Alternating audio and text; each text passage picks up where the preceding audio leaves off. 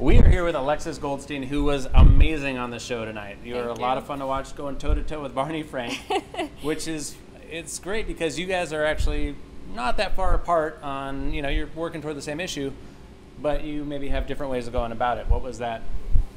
Where did you guys end up on that? Well, I think we probably agreed about more than we discussed, but you know, you want to talk about the things that you disagree on, and I think that I want things to go farther. I want even more regulation. I think he's more satisfied perhaps with what's in Dodd-Frank, and that's understandable. It bears his name. Sure. But I'm a big proponent of the Glass-Steagall 2.0. I'm a big proponent of something called Brown-Vitter, which is about raising capital requirements on banks. So I think we need to push even harder.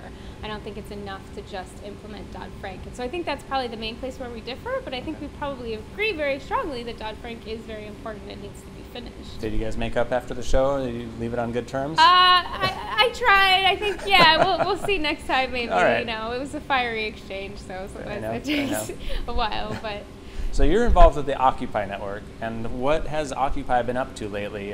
Not so much camping anymore? Are they yeah, doing the other police things? really put the kibosh on that. They evicted us very, very violently. But so the OccupyNetwork.com is the place where you can go and sign up for a mailing list so you can find out about everything that Occupy is doing lately. But there's two things that I'd love to talk about just because don't want to talk about too much. Oh, this is the place to do it. So one of them is what this red square that I wore Yeah, you on got the some show, great flair going on there tonight. It's a group called Strike Debt, and they're basically about organizing around people that have debt, which is pretty much everyone in this society. And the idea is basically that because social services continue to be cut, in order to make a living and in order to get all the things we need to take on debt, to get education, maybe to take out a loan, to pay a hospital bill.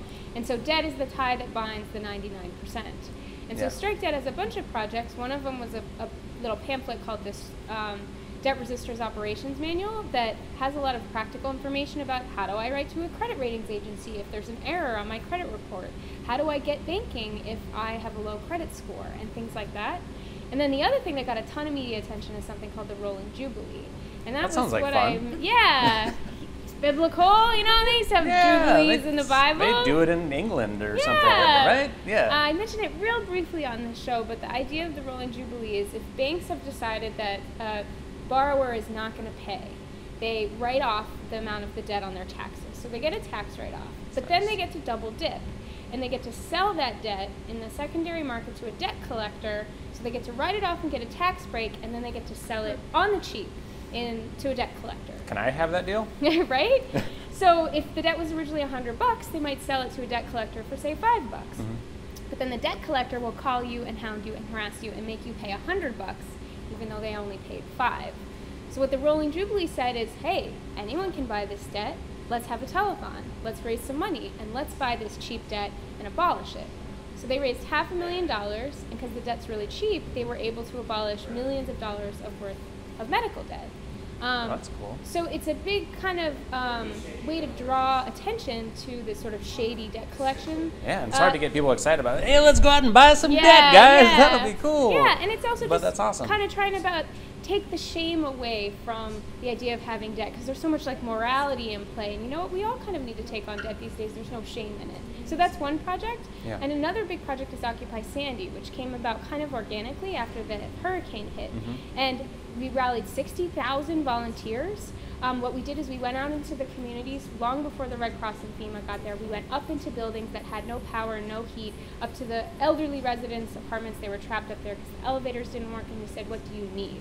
And this is a concept known as mutual aid. And it's distinguished from charity because charity is like, I know what you need here. And mutual aid is, tell me what you need, maybe I have it. Yeah. And so we went out and we did all this polling, and then they did a clever thing. They used an Amazon.com wedding registry, and they put all the things that were needed on the registry so anyone around the country could buy diapers or headlamps or shovels or masks for clearing mold. And so there were $750,000 worth of supplies that were purchased through that registry and sent out to these affected communities. And what's happening now is the hardest part, which is the restore and rebuild portion. So they're working out in the Rockaways to try and do worker-owned co-ops to help rebuild and help people, rebuild green. And so that's ongoing. So OccupySandy.net is one place where you can find out about that. But so those are two big projects. And check it out. Yes. OccupyNetwork.com, OccupySandy.net. And StrikeDebt.org. get into it. Alexis, thank you so much. Thank you for having me. We'll hope to see you again soon. I'd love to come back. All right, thanks.